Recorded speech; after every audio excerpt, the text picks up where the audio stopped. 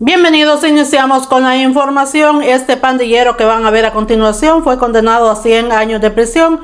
Todo esto, por supuesto, por los múltiples crímenes que él ha cometido, el daño que le hizo al pueblo salvadoreño. Y fíjense ustedes que él mismo reconoce que esta pena que le impusieron es hasta poco para todo el daño y los crímenes que él ha cometido. Para mejor, estos criminales aceptan pues que las penas que les dan son pocas para el daño causado, y no la Nono Ortiz, esta que se da golpes de pecho y que se haya preocupada por el pueblo salvadoreño, pues es la más fiel defensora de todos estos criminales. Pero escuchemos a este sujeto.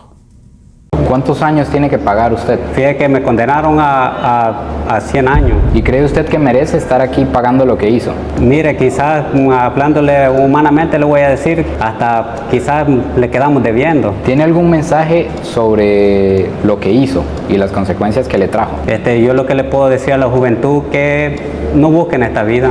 En verdad, el pueblo salvadoreño creo que tiene el mejor, podemos decir, promesa ahorita de estar en un país libre de pandillas hoy en día, porque en verdad yo hubiera querido vivir así, en un país libre de pandillas, de que hoy me encuentro en un penal de máxima seguridad, de que ya sé que no voy a volver a salir. Entonces hoy veo yo de que todo lo que yo hice fue en vano, y en verdad el ser humano por en vez hace cosas en su locura y viene a recapacitar cuando ya es muy tarde, porque en la noche uno en la celda llora y se lamenta en la condición que uno se encuentra, donde solo se le da a uno las cosas básicas que uno necesita, y en verdad uno está acostumbrado a tener.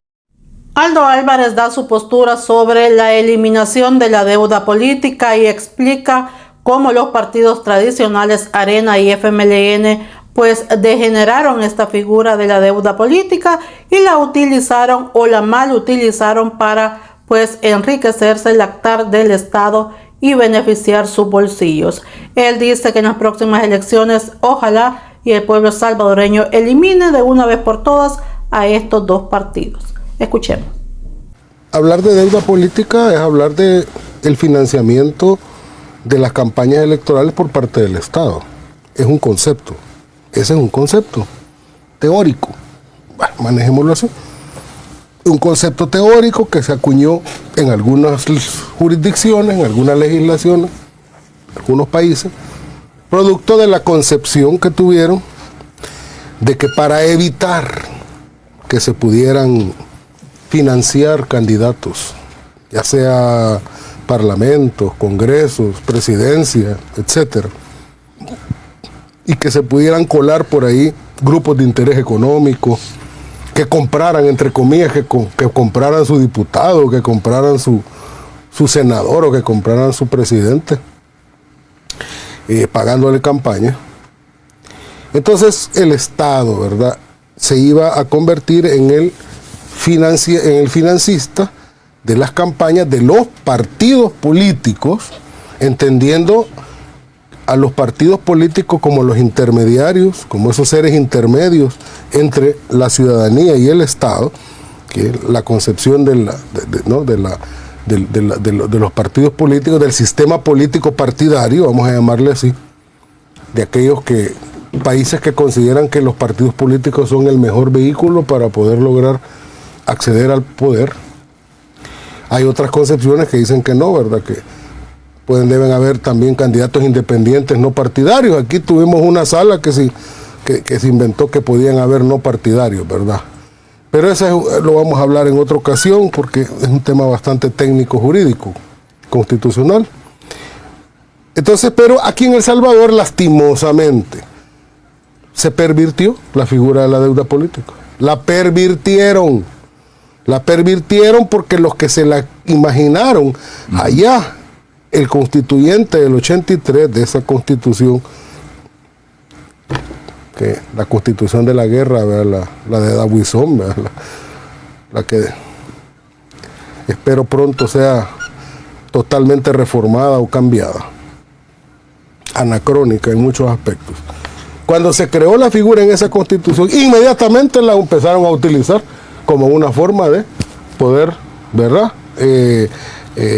amamantarse de la teta del Estado, vamos a decirlo en términos, ¿verdad?, populares. Vieron la manera de cómo obtener una fuente para poder obtener recursos del Estado. y la pervirtieron porque lejos de servir para los propósitos que originalmente, teóricamente, se creó, la empezaron a usar precisamente para financiarse no solo la vida partidaria en términos de los gastos que implica tener un partido político, la campaña en sí, pagar los medios tradicionales, el día ¿verdad? Transporte, comida, la defensa del voto, no, sino para financiar la vida personal de los líderes o los presidentes o como le llamen de los partidos políticos o del grupúsculo que controlaba el partido político. Y entonces llegaron a convertir la deuda política en un negocio a donde hacían cálculos, como tú bien decías. Bueno, yo puedo pedir anticipo, porque existía una figura del anticipo de deuda política. Y sigue existiendo. Exacto, el anticipo. 75% de anticipo. 75% de anticipo basado en lo que saqué la elección anterior para yo poder hacer campaña para esta elección que viene. Si yo saco más votos que la elección anterior y más arriba del 75 me tienen que dar el complemento y más. Si yo saco menos, pues entonces tengo que devolver, por eso se pedía una fianza. Se pide, porque no lo han derogado, una fianza. Con la ley de partidos políticos, porque antes nacían partidos y morían, y lo único que lo que estaba a la base de eso era nada más ir a conseguir dinero de la deuda política. Y ahora que para formar un partido hay que ir a recoger 50,000 firmas, y que se vuelve más complicado hacer un partido, con la ley de partidos políticos que no existía hasta hace relativamente poco. Entonces se exige una fianza, pero fíjate bien, hasta eso pervirtieron ese atajo de corruptos, que fueron los gobiernos de Arena y el FMLN. Conseguían las fianzas, afianzadoras amigas o ponían incluso inmuebles propios. Sí. Para dar bueno, en esta elección del 2019 y la del 2020, más la del 2024, nadie les quería prestar, no encontraban aseguradoras que les quisieran dar la fianza. Porque eran cadáveres, porque eran mortajas, ¿y quién va a dar? Y eso era la razón por la que el ministerio no les daba la deuda, porque no podían garantizar. Exactamente, no tenían la garantía. Y bien hecho. Mira, el FMLN no sacó pero ni un alcalde. Ni un diputado. Ni un diputado tampoco. O sea, y yo hubiera sido un afianzador en ese momento, no les doy pero ni 5 centavos. Bueno, y espero yo que la próxima creo que hipotecaron el 3 de 16, creo yo. No lo sé, pero anduvieron ahí, creo yo, viendo de dónde sacaban hasta las bicicletas para entregarlas en garantía. Sí.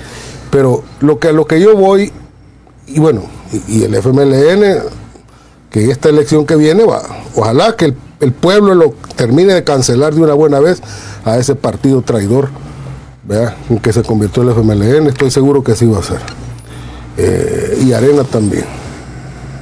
Y como tú decís, alguien dice... Existen 2 mecanismos para poder eliminar el financiamiento a partidos políticos. Aquí lo explica la señora Mélida Villatoro y el señor Goches.